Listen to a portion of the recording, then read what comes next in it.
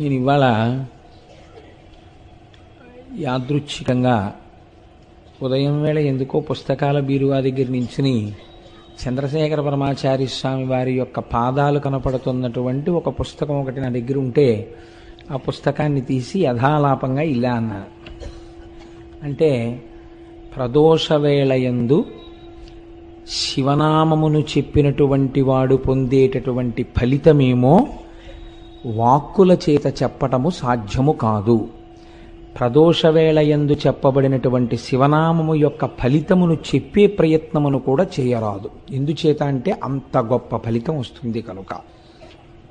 స్వయంగా చంద్రశేఖర పరమాచార్య స్వామి వారు చెప్పినటువంటి మాటలున్న పేజీ నాకు అలవోకగా కనబడితే నేను ఎంతో సంతోషించాను. ఫోన్లే నిన్ననే అనుకోకుండా నేను ఈ మాట అన్నాను. ప్రదోషవేళలో శివనామం చెప్పుకున్నటువంటి ఫలితం మనకి అనుభవంలోకి వచ్చిన తర్వాత తెలుస్తుంది దాని గొప్పతనం ఏమిటోనని. ఇవాళ మనకి యాదృచ్ఛికంగా ఇది గురువుల నోటి వెంట వచ్చిన మాటగా పుస్తకంలో కనపడింది. ఇది చాలా ఆనందదాయకమైన విషయం అని అనుకున్నాను. కనుక మనం ఇప్పుడు చక్కగా సంతోషంతో పూనికతో భక్తితో ప్రదోషవేళ కనుక ఆ శివాష్టోత్తరాన్ని చదివి తదనంతరము ప్రవచనాన్ని ప్రారంభం చేసుకుందాం.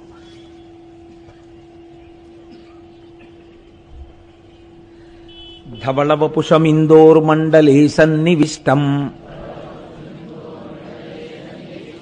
భుజగవలయహారం భస్మదిగ్ధాంగమీశం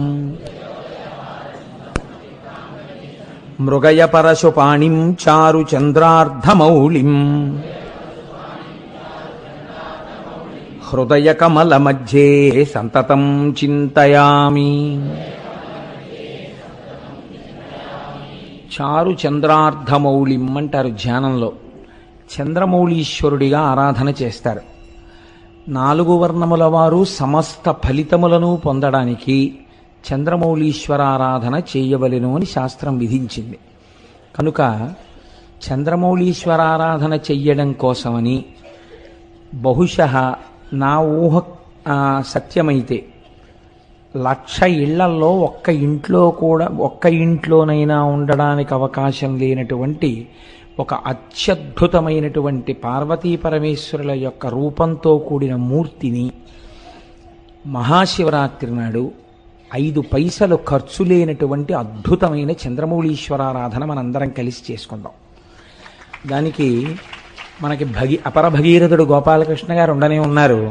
ఆ కార్యక్రమాన్ని ఆయనకి చెప్పేస్తే ఆయనే తంటాలు పడి అన్ని ఏర్పాట్లు చేసుకుంటారు. మనందరం హాయిగా కూర్చుని 5 పైసలు ఖర్చు లేకుండా అని నేను అనేశాను కాబట్టి ఇంకా దానికి ఏం ఉండదన్నమాట ఖర్చు. అలా చేసుకోవడం గోపాలకృష్ణ గారి బాధ్యత, ఇంకా మనకే సంబంధం లేదు. ఆయనకి నా ఎందున్న గౌరవం అటువంటిది. ఇంత మాట వీడన్నాడు ధూర్తతనంగా ఆయన అనుకోరు, దాన్ని అమలు చేయడానికి ప్రయత్నిస్తారు. కాబట్టి మహాశివరాత్రి నాడు అటువంటి మూర్తికి మనం ఆరాధన చేద్దాం. చారు చంద్రార్ధమౌళిం హృదయ కమల మధ్యే సంతతం చింతయామి. శివో మహేశ్వర శంభుః పినాకీ శశిశేఖరః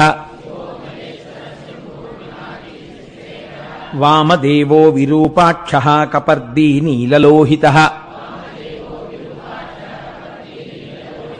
శంకర శూలపాణిశ్చ ఖట్వాంగీ విష్ణువల్లభః శపి విష్ణోంబికానాథ శ్రీకంఠో భక్తవత్సలః భవః సర్వస్త్రిలోకేశ స్థితికంఠః శివాప్రియః ఉగ్రః కపాలీ కామారీ అంధకాసురసూదనః గంగాధరో లలాటాక్షకాలకాల కృపానిధిః భీమ పరశుహస్తశ్చ మృగపాణిర్జటాధరః కైలాసవాసీ కవచీ కఠోరస్త్రిపురాంతకః వృషాంకో వృషభారూఢో భస్మోద్ధూళిత విగ్రహః సామప్రియ సర్వమయస్త్రయీమూర్తిరనీశ్వరః సర్వజ్ఞ పరమాత్మా చ సోమసూర్య అగ్నిలోచనః హవిర్యజ్ఞమయః సోమః పంచవక్త్రః సదాశివః విశ్వేశ్వరో వీరభద్రో గణనాథః ప్రజాపతిః హిరణ్యరేతా దుర్ధర్షో గిరిశో గిరీశో నఘః భుజంగభూషణో భర్గో గిరిధన్వీ గిరిప్రియః కృత్తివాసాః పురారాతిర్భగవాన్ ప్రమదాధిపః మృత్యుంజయః సూక్ష్మతనుర్జగద్వ్యాపీ జగద్గురుః వ్యోమకేశో మహాసేన జనకశ్చారు విక్రమః రుద్రో భూతపతిస్థాణుర్రహిర్భూజ్ఞో దిగంబరః అష్టమూర్తిరనేకాత్మా సాత్వికः శుద్ధ విగ్రహः శాశ్వత ఖండపరశుః అజపాశ విమోచకః మృఢ పశుపతిర్దేవో మహాదేవో వ్యయో హరిః పూషదంతభిదవ్యగ్రో దక్షాద్ధర హరోహరః భగనేత్రభిదవ్యక్తః సహస్రాక్షः సహస్రపాత్ అపవర్గప్రదోనంతస్తారకః పరమేశ్వరః ఏవం శ్రీశంభుదేవస్య నామ్నామష్టోత్తరం శతం శ్రీశివాష్టోత్తరశతనామస్తోత్రం సమాప్తం.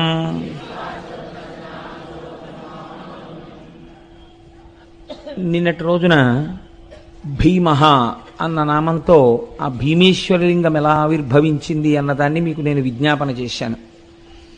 దాని యందు రెండు ఉంటాయి.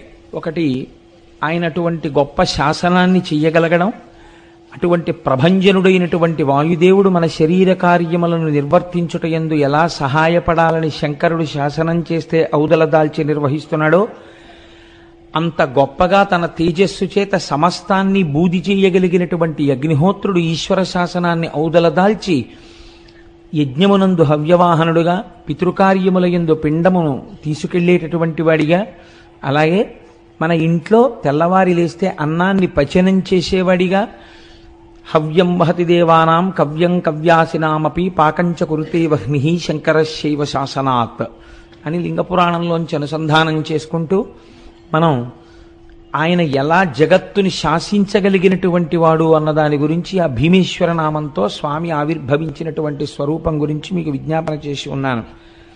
ఇవాల్టి రోజున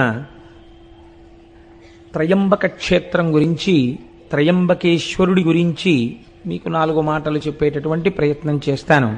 త్రయంబకం గౌతమీతటే అని మనం అంటాం.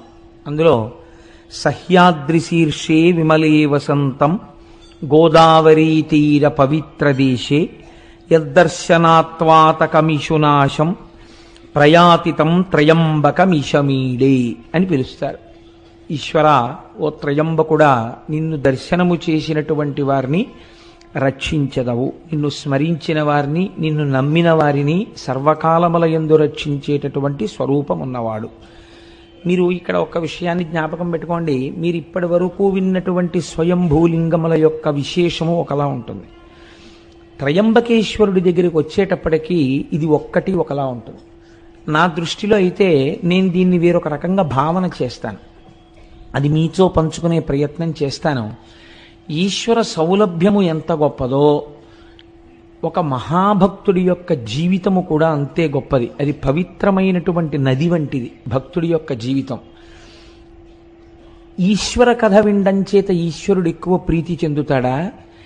ఈశ్వరుణ్ణి నమ్ముకోవడం వల్ల నిరంతరము ఈశ్వరానుసంధానముగా జీవితం గడిపేటటువంటి ఒక పరమభక్తుడి యొక్క కథని వినడం వల్ల ఈశ్వరుడు ప్రీతి చెందుతాడా అంటే, ఈశ్వరుడు కేవలము భక్తుల యొక్క కథలు వినడము చేత మాత్రమే ద్విగుణీకృతమైనటువంటి ప్రేమని ఆవిష్కరిస్తాడు.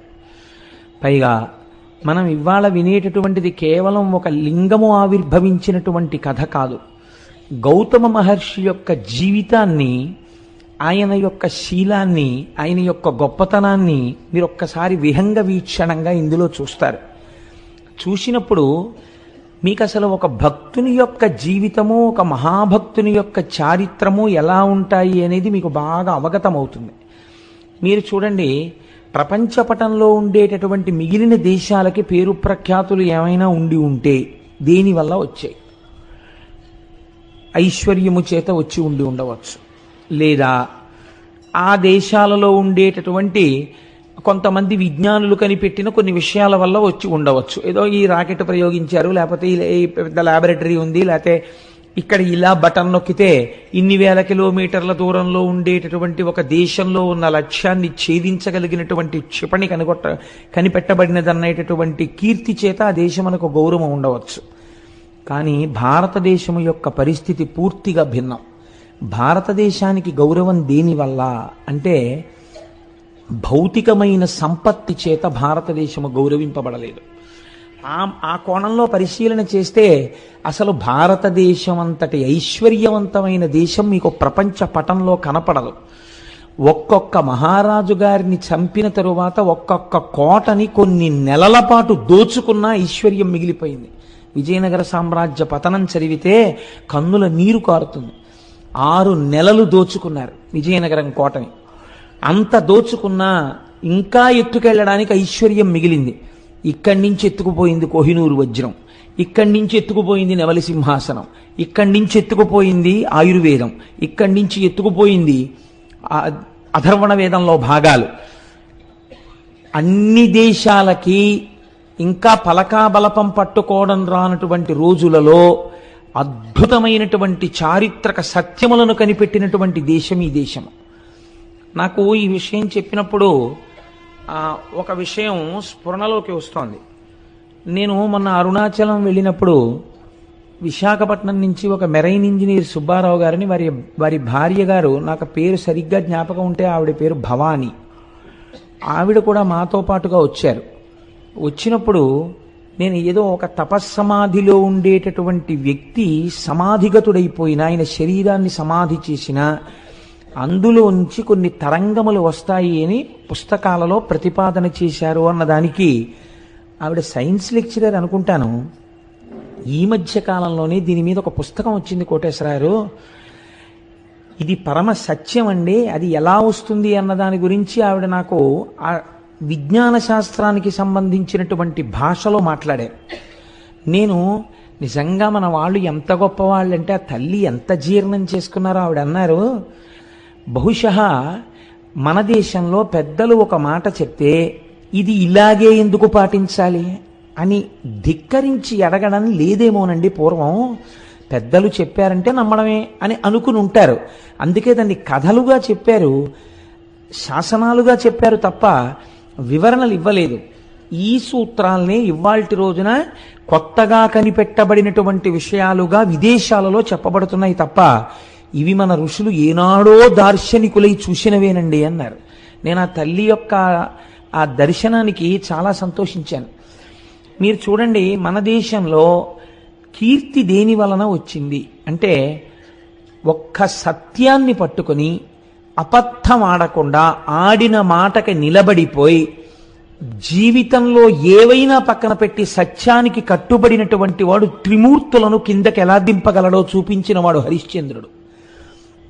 భూతదయతో శిబిచక్రవర్తి దానం చేసి ఎనలేని కీర్తి ప్రతిష్టలను తీసుకొచ్చిన వాడు శిబిచక్రవర్తి.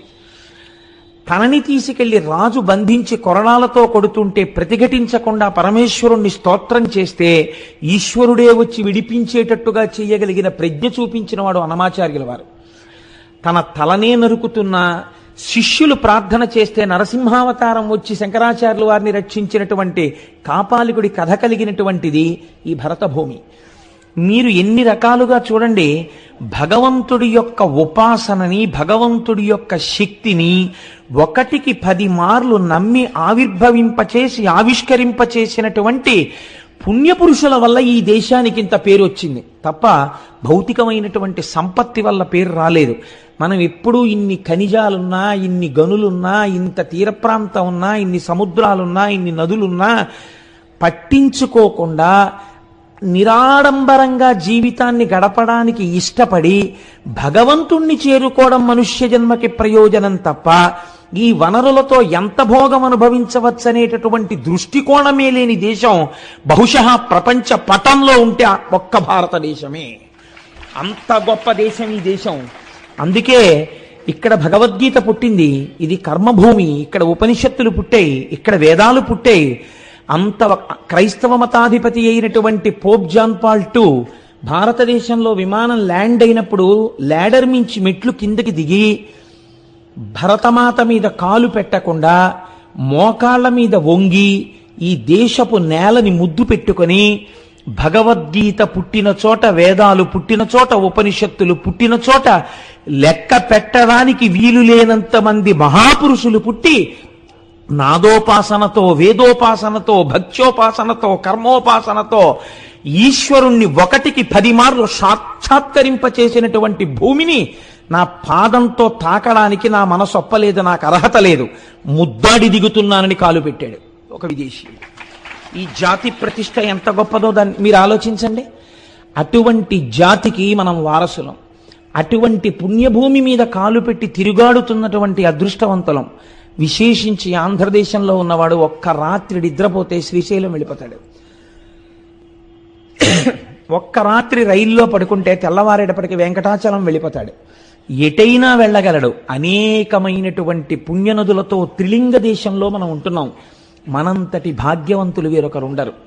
ఎన్ని జన్మల పుణ్యమో భౌతిక సంపత్తితో, అర్థం పర్థం లేని సుఖభావనతో, ఎప్పుడూ అనేక రకాలైనటువంటి కామ సంబంధమైనటువంటి విషయాలతో కొట్టుకుపోయేటటువంటి సంస్కృతి యందు పుట్టకుండా ప్రపంచపటంలో తెల్లవారి లేస్తే భగవన్మయంగా జీవితం గడిపేటటువంటి జీవగడ్డ యందు మనం పుట్టేటట్టుగా అనుగ్రహించినటువంటి ఈశ్వరుడికి మనం ఎన్ని ప్రణతులు ఇడాలి.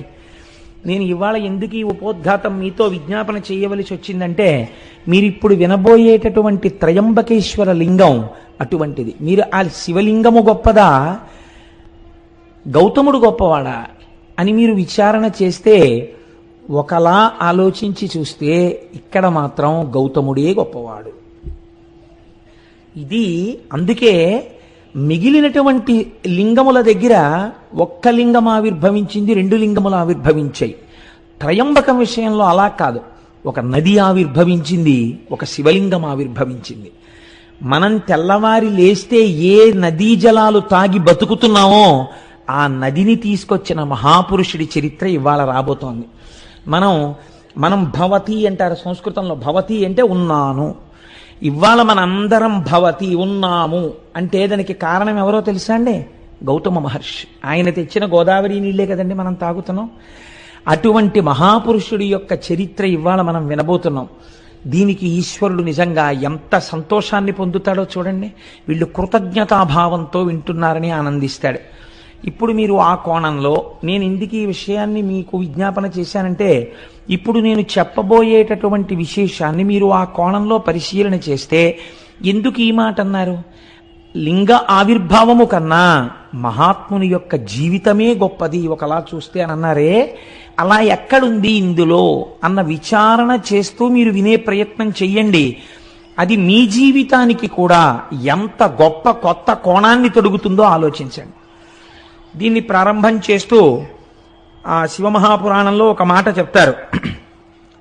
మునికులమందు గౌతముడమోఘ తపో విభవాజ్యుడై భృశంబనిశము శంభులింగనియ అనిశము శంభులింగ నియతార్చన సల్పుచు పత్నితో వసించను హరువొప్ప బ్రహ్మగిరి చేరువనొక్క వనస్థలంబునన్ అనువుగ శిష్యకోటి తన ఎండ పఠింపగ న్యాయశాస్త్రముల్.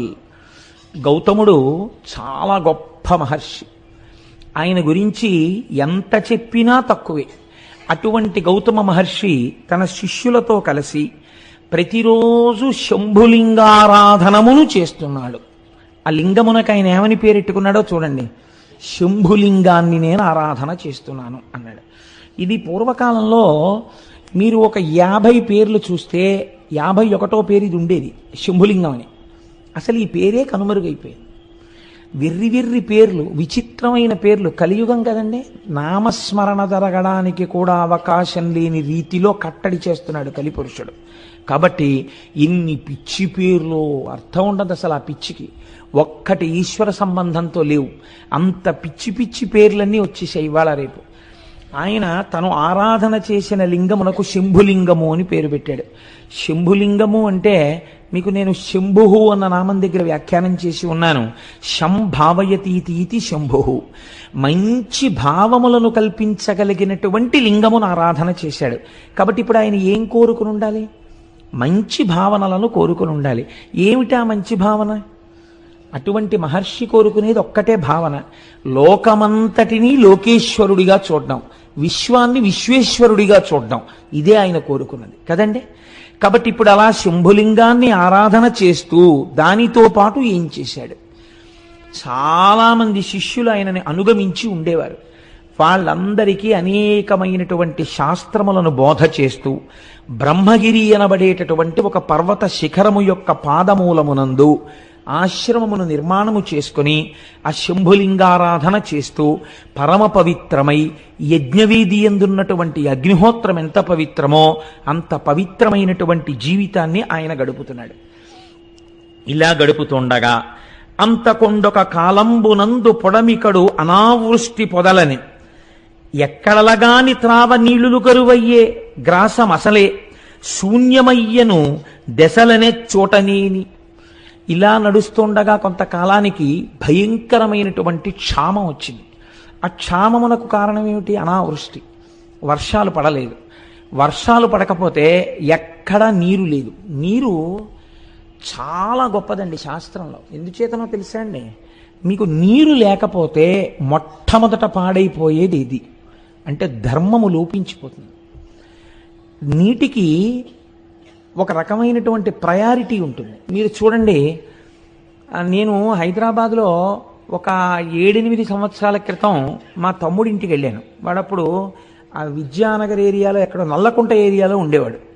సాయంకాలం స్నానం చేసి నేనేదో సంధ్యావందనం చేసుకుందామని స్నానం చేయబోతుంటే వాడు అన్నాడు, అన్నయ్య నువ్వేమనుకోకు, ఇక్కడ 2 పూట్ల స్నానం చేయడం కుదరదన్నయ్య, అతి కష్టం మీద నీళ్లు తెచ్చుకుంటాం.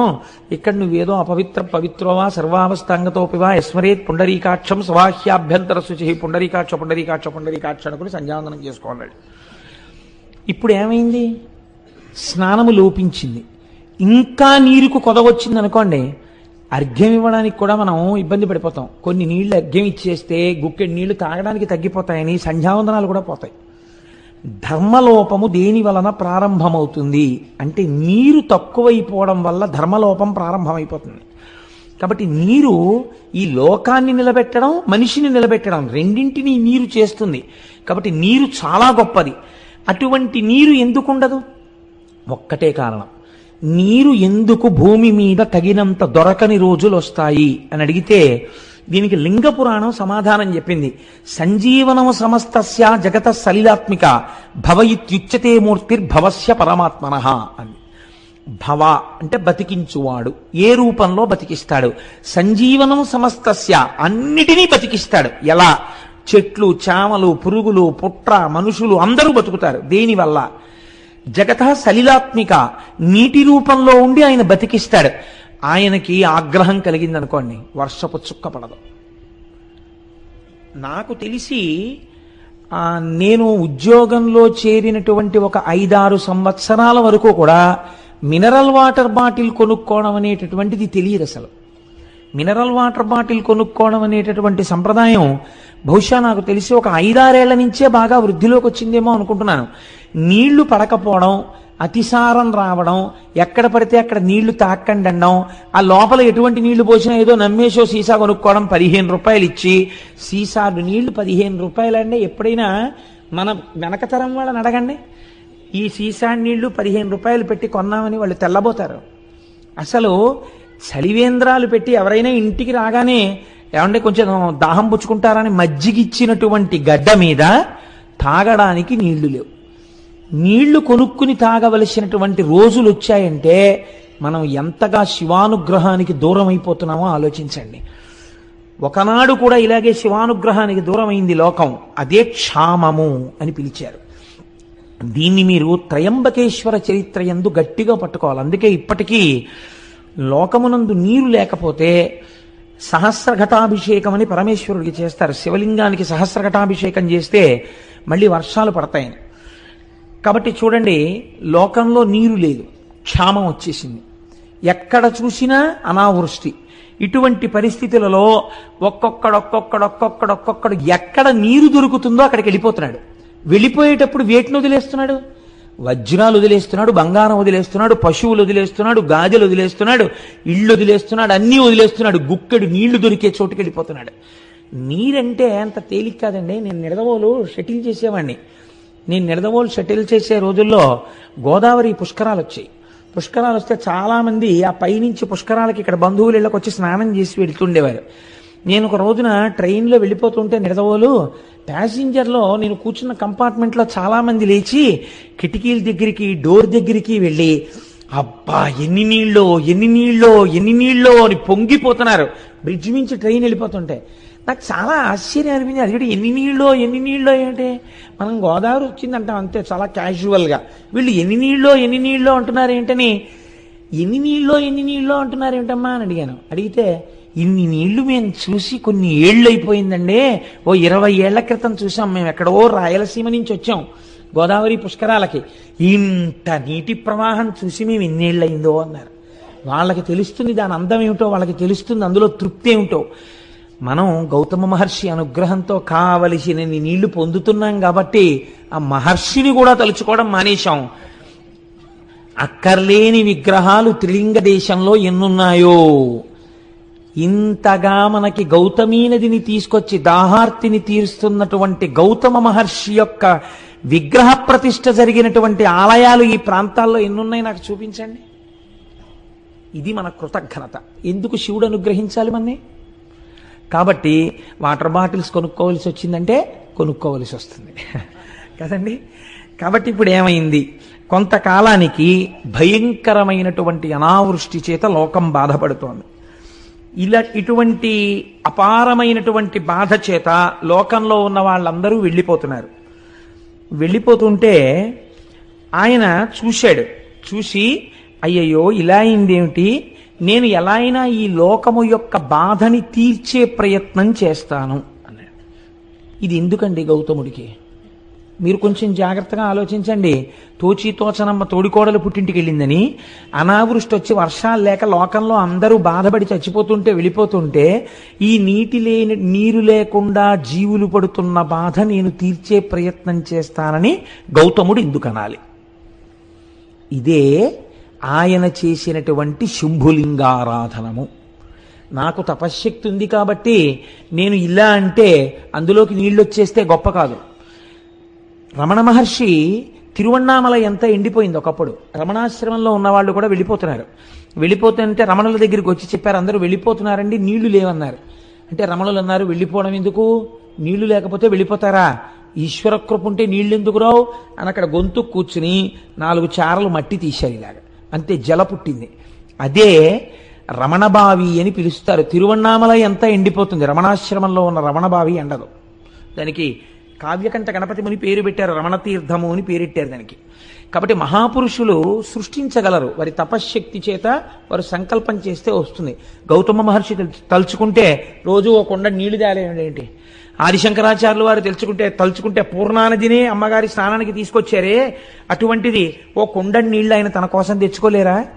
ఆయన బాధ అది కాదు, ఆయన బాధ లోకం కోసం. ఇది విశ్వమునందు విశ్వేశ్వరుని చూచుట, లోకమునందు లోకేశ్వరుని చూచుట. తను పూజామందిరంలో కూర్చుని బాగా పూజ చేసేసి అయ్య బాబోయ్ ఏమి పూజండి అనేటట్టుగా పూజ చేసి నియుజ్యమానాస్సు గజాస్సు హస్తా సకేశ్చరా స్తోచల పత్రహస్తా బభూవ దేవీ చకృతాసు హస్తా లక్ష్మీస్తథా పద్మిని పద్మహస్తా అంటారు సుందరకాండలో వాల్మీకి మహర్షి. పూజామందిరంలోనేమో లక్ష్మీదేవికి పూజ, బయటికి వచ్చేమో సీతమ్మ తల్లిని బాధ పెడుతూ ఉండడం. ఎందుకు వచ్చిన దిక్కుమాలిన పూజ? అది కాదు పూజ అంటే. తాను లోకమునందు ఒక భాగము, ఈ లోకము ఈశ్వర స్వరూపము కాబట్టి లోకము బాధపడితే ఇది ఈశ్వరుడి బాధ. కాబట్టి నేను లోకమును రక్షించాలి, అది నా పూజలో అంతర్భాగము అని ఆయన అనుకున్నాడు. ఇది ఆయన చేసినటువంటి శంభులింగారాధన. కాబట్టి ఇప్పుడు ఆయన జలముల యొక్క అధిదేవతను గురించి తపస్సు చేశాడు. మీకు ఏ అవసరం వస్తే ఆ అవసరాన్ని తీర్చగలిగినటువంటి వారి దగ్గరికి వెళ్ళాలి. ఇంట్లో దొంగలు పడ్డారనుకోండి, ఫైర్ ఆఫీస్కి వెళ్ళకూడదు కదా. ఇల్లు అంటుకుంటే ఫైర్ ఆఫీస్కి వెళ్ళాలి. అదేంటంటే మా దగ్గరికి వచ్చారంటే మీరు ఖాళీగా ఉన్నారని వచ్చామంటే అంటే వాళ్ళు ఏం చేస్తారు? ఇంట్లో దొంగలు పడితే పోలీస్ ఆఫీస్కి వెళ్ళాలి. ఈశ్వరుడు లోకం కృతజ్ఞతతో ప్రవర్తిస్తోంది. కృతజ్ఞులైనటువంటి వారికి ఎందుకు ఉపకారం చెయ్యాలి? వీళ్ళ బుద్ధి మరల్చాలంటే నేను వీళ్ళని శిక్ష వెయ్యాలి. తండ్రి కొడుకుని మార్గంలో తేవడానికి ఎలా శిక్షిస్తాడో అలా నేను శిక్షించాలి. కాబట్టి మీరు వర్షించకండి అని ఆజ్ఞాపించాడు. నువ్వు తపస్సు చేశావు, నేను సంతోషించాను, కానీ నేను మాత్రం వర్షించడం కుదరదు, జల సమృద్ధిని లోకమునకు ఇవ్వను. మీరు చాలా జాగ్రత్తగా గమనించండి ఇందులో ఒక విషయాన్ని. మనకి ఈశ్వరుడు ఇచ్చాడు కదా అని అనుభవించుకుంటూ వెళ్ళిపోతే, అందుకే సనాతన ధర్మమునందొక్కదాని యందు మాత్రమే అగ్నికార్యం ఉంది, ఇంకా మీకు ఎక్కడా లేదు. ఇది అగ్నికార్యంలో అగ్నిహోత్రుణ్ణి పిలిచి హవ్యవాహన అని పిలిచి మీరు అనుభవిస్తున్నటువంటి భోగములన్నీ దేవతల యొక్క అనుగ్రహము చేత వస్తున్నాయి. కాబట్టి ఆ దేవతలకి హవిస్సులు మీరు ఇవ్వాలి. ఆ హవిస్సుని దేవతలు అందుకుంటారు. అందుకుని వారు మీ పట్ల కృతజ్ఞులై, చూడండి తిన్న ఇంటికి వాసాలు లెక్కెట్టాడంటారు. మీరు హవిస్సు ఇవ్వడం అంటే వాళ్ళకి భోజనం పెట్టడం. వాళ్ళు భోజనం చేశారనుకోండి, వాళ్ళు మీ పట్ల సంతుష్టులవుతారు, వాళ్ళు మీకు అపకారం చేయరు, వాళ్ళు మీకు తిరిగి ఉపకారం చేస్తారు. ఎవరెవరు ఏం చెయ్యగలరో ఆ ఉపకారాన్ని వాళ్ళు చేస్తారు. పర్జన్యుడు వర్షాన్ని కురిపిస్తాడు, భూమి సస్యశ్యామలమవుతుంది, వాయుదేవుడు చక్కగా వీస్తాడు, ప్రభంజనుడు కాకుండా లోకమంతా సుభిక్షంగా ఉంటుంది. అందుకే అగ్నికార్యం చేయడం, యజ్ఞం చెయ్యడం, యాగం చెయ్యడం ఈ జాతికి మాత్రమే ఉన్న సొత్తు. అందుకే ఇది కర్మభూమి. తాను బ్రతకడం కాదు, 10 మందిని బ్రతకడం నేర్పించినటువంటి భూమి ఈ భూమి. ఎప్పుడు యాగాలు యజ్ఞాలు మానేశారో అప్పుడే దేశానికి క్షామం బయలుదేరింది. అందుకే మనం చూడండి, రేపు ఏం చేస్తున్నాం? 3 క్రతువులు చేస్తున్నాం. ఒకటి సుబ్రహ్మణ్యుడికి పాలాభిషేకం. మీరు వింటారు, మళ్ళీ ఇప్పుడు నేను చరిత్రచరణం అవుతుంది. ఆ కావిడి ఎత్తితే చాలంతే. 12 తరాల తర్వాత ఎప్పుడో వంశం పెరగకుండా రావలసినటువంటి ప్రమాదాన్ని ఇప్పుడు తీసేస్తాడు ఆ కావిడిని ఎత్తిన వాడికి సుబ్రహ్మణ్యుడు. ఆ పాలు అభిషేకం చేస్తారు, మూర్తి చల్లబడుతుంది. మూర్తి చల్లబడగానే ఎంతమంది ఆ అభిషేకాన్ని చూస్తూ శబ్దం వింటారో అభిషేక మంత్రాలని, వాళ్ళందరి కోరికలు సిద్ధిస్తాయి. దేవతల్ని పిలిచి హవిస్సిస్తారు, అగ్నిహోత్రంలో హోమం చేస్తారు. ఆ రోజున చేసినప్పుడు ఆయన ఈ గోత్రనామాలతో హవిస్సు పుచ్చుకుంటాడు. పుచ్చుకున్న తర్వాత వీళ్ళందరికీ ఆయన యోగక్షేమాలు చూస్తాడు. సాయంకాలం కళ్యాణం జరుగుతుంది. ఇందులో అందరూ పాల్గొనలేకపోయారు, మరి వాళ్ళ పరిస్థితి ఏమిటి? అందుకే సాయంత్రం కళ్యాణం చేసి అందరూ చూస్తుండగా కళ్యాణం చేసి కళ్యాణపు అక్షతలు అందరి మీద వేస్తారు. కాబట్టి ఇంతమందిని కూర్చోబెట్టడం కష్టం కాబట్టి కొంతమందిని కూర్చోబెడతారు, కానీ ఫలితం మాత్రం అందరికీ వచ్చేటట్టు ప్రయత్నం చేస్తారు. కానీ ఖచ్చితంగా అందు పాల్గొంటున్న వాళ్ళ యొక్క యశము ద్విగుణీకృతముగా ఉంటుందన్నది మాత్రం శాస్త్రవాక్కు. అందులో ఏమీ సందేహం లేదు. నేను నిస్సందేహంగా చెప్తున్నాను, 200 మంది భాగ్యవంతులే. ఏదో సుబ్రహ్మణ్యానుగ్రహం లేకుండా అంతఃక్రతువులో పాల్గొనడం కుదరదు. కాబట్టి చూడండి, ఇప్పుడు ఆయన నేను వర్షమును కురిపించలేను, కానీ నీకొక్క ఉపకారం చేస్తాను. ఏమిటో తెలుసా? ఎవడి భయం వల్ల ఈ వాయువు వీస్తోందో, ఎవడి భయం వల్ల ఈ సముద్రుడు దాటి భూమి మీదకి రాడో, ఎవరి భయం వల్ల అగ్నిహోత్రం ఉపకారం చేసి వంట చేస్తోందో వాడి భయం వల్లే నేను కూడా నీటిని తేలేను. కానీ నువ్వు ఇంత తపస్సు చేశావు, నువ్వు నన్ను అడిగావు నీరు కావాలి అని. లోకమునకంతటికీ నీరు నేను ఇవ్వలేను, అలా ఇస్తే ఈశ్వర శాసనోల్లంఘనం జరుగుతుంది. నీకిస్తాను నీరు. ఎలా ఇస్తానో తెలుసా? నీకొకలా ఇస్తాను. కావున నేను వృష్టికెటు గర్తను కాగల, ఒక్క గర్తము నీవిక త్రవ్వికొన్న అచట నీరము నించెద, జానుదగ్నమచ్చో వివిధౌషధీతతి బ్రను ఫల ద్రుమకరంబదమున్ ముదంబు ఆవహిలంగ కూర్చికొనుము అరకయుండు జలంబులెప్పుడు. నా మీద పెట్టకు నీళ్లు తెమ్మని, నువ్వు ఒక చిన్న గుండంతవు, నేనేం చేస్తానో తెలుసా? అందులో నీళ్లు పోస్తాను. అప్పుడు నన్ను పరమశివుడు అడగలేడు, ఎందుకు ఇచ్చావు నీళ్లు నేను వద్దంటే అనలేడు. గౌతముడు మహానుభావుడు, తెల్లవారి నీలింగార్చనే చేస్తున్నాడు. కాబట్టి ఆయన అంత తపస్సు చేశాడు. ఆయనకి మాత్రం ఒక కుండంలో నీళ్లు పోశారని చెప్తాను.